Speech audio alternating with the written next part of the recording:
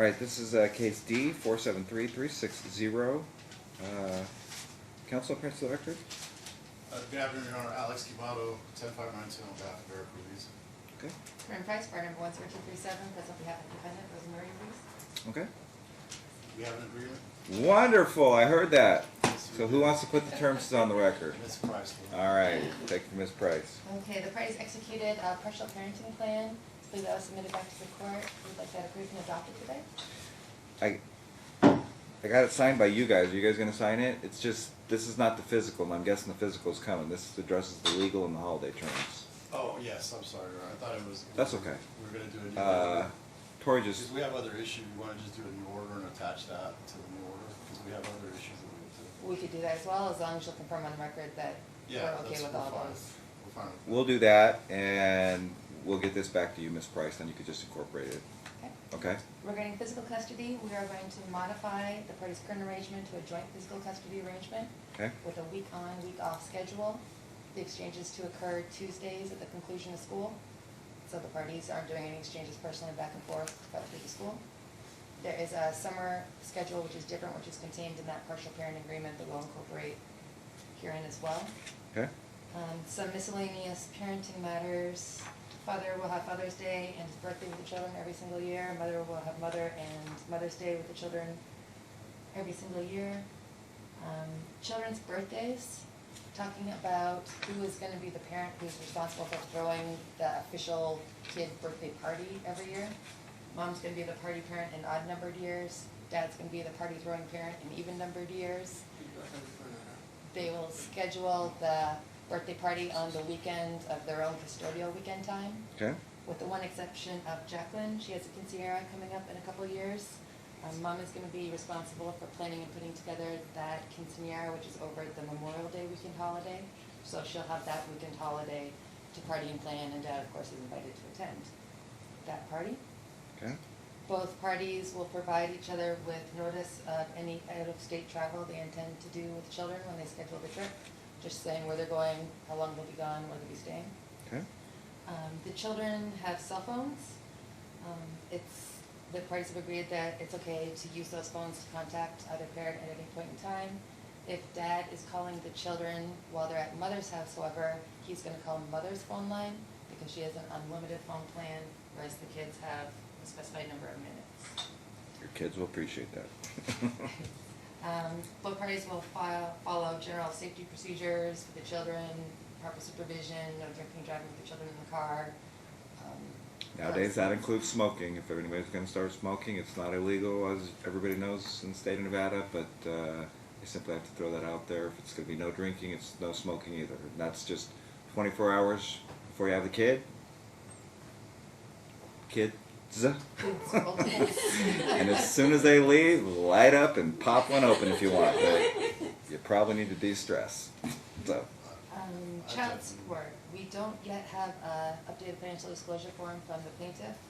We do need to make a modification, obviously, because there are no more travel expenses that we're looking at with transportation that we're all here in Nevada. As well, we have the second oldest child graduating from high school this June.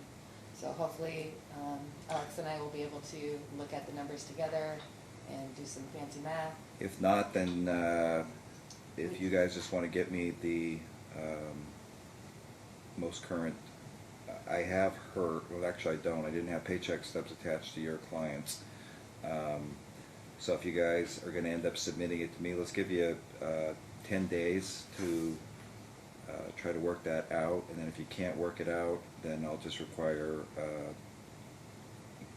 the most current paycheck stubs after 10 days from both parties, and we'll just use those figures. My client does not work, Your Honor. What income verification? She has Social Security disability I'm sorry. payments. Okay. Would the court like verification of that, or? Is it SSI or SSD that's exempt? It's been a long week. Well, it's for the children. She's got. Oh, she's got it for the children? Yeah. So the full 3,000 that she gets is for the children? Yes, Your Honor. Okay.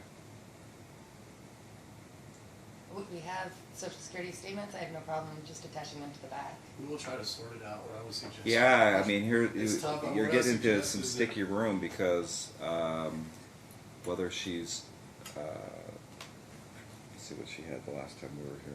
I was gonna suggest that we'd be able to do the updated financials and then submit a short. Yeah, and let you see if you decide. guys can work it out, because if he now has joint physical custody, technically he's entitled to part of those as well, or at least an offset. Right. Well, it's for not his children. Oh, not his children. Correct, John. Oh, okay. Never mind that. I'll take all that out. Well, we still need some, because the issue is still.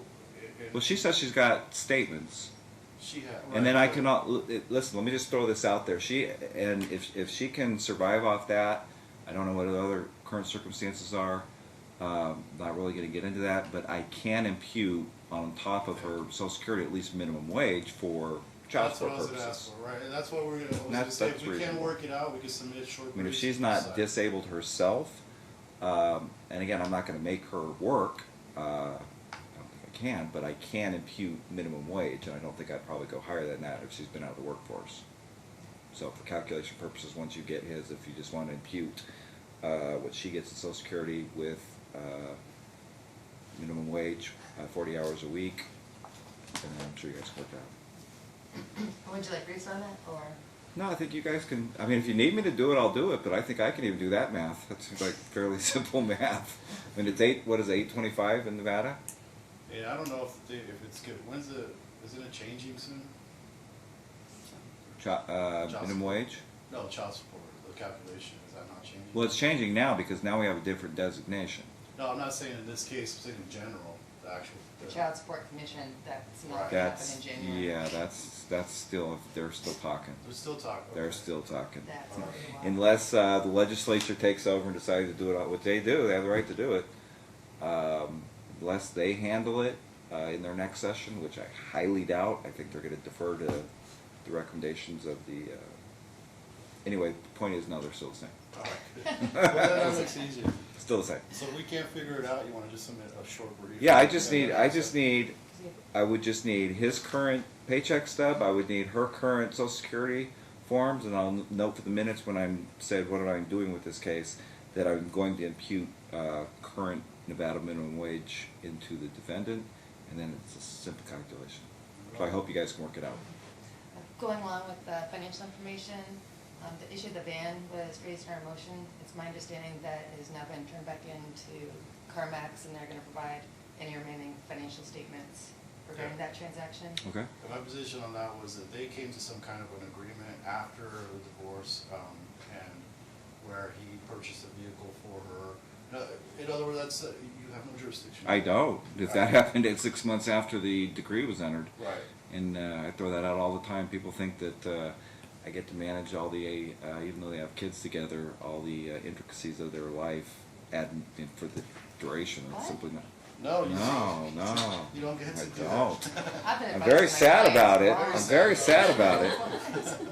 And But once you in a have- while, sometimes I even avoid a stipulation because I don't even want them back for the contempt. But once in a while, I'll still take a stipulation, even though we're past the time deadline. But just for the record, you guys agreed to provide those documents. Okay. And then the issue of attorney's fees, once again, I still don't have an FDF at this point, so I'd request be able to brief that issue as well with the child support issue if we're unable to resolve it. if you're unable to resolve it, and then it would be a separate motion, just put it on my chamber calendar, then the plaintiff would have the right to file an opposition indicating why they believe it's not fair or reasonable. I will note that most of this is an agreement, so, which Dimick takes a lot of that back out, but I don't know that I could consider someone a prevailing party. All right, congratulations on working it out. Thank you, Your Honor. All right, you guys have a good day.